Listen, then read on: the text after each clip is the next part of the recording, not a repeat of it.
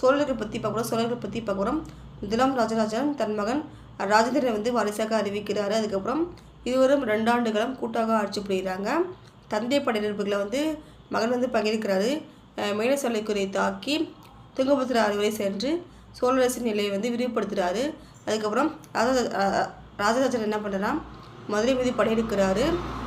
படையெடுக்கும் போது பாண்டியன் வந்து தப்பித்து போகிறாங்க. எங்கன்னா இலங்கைக்கு போகிறாரு.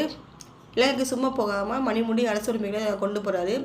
அதுக்கப்புறம் வந்து ராஜேந்திரன் என்ன பண்ணுறாருன்னா, இலங்கை வரை சென்று இலங்கையை வென்றதன் மூலம் இந்த மணிமுடி அரசு உரிமைகள்லாம் கொண்டு வராரு.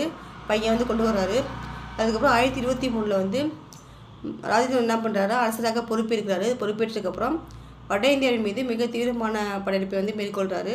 அதுக்கப்புறம் வந்து அந்த படையெடுப்பில் வந்து கோதாவரி அவரே வந்து தலைமையேற்று கொண்டு போகிறாரு. அதுக்கப்புறம் இந்த தலைமை பார்த்திங்கன்னா தளபதியை வந்து ஒப்படைத்து விட்டு இந்த படையெடுப்பை வந்து மேற்கொள்கிறாரு. அதுக்கப்புறம் வந்து வட இந்தியாவில் வந்து வெற்றி பெறாரு. இந்த வட இந்தியாவில் வெற்றி பெற்ற நினைவாக வந்து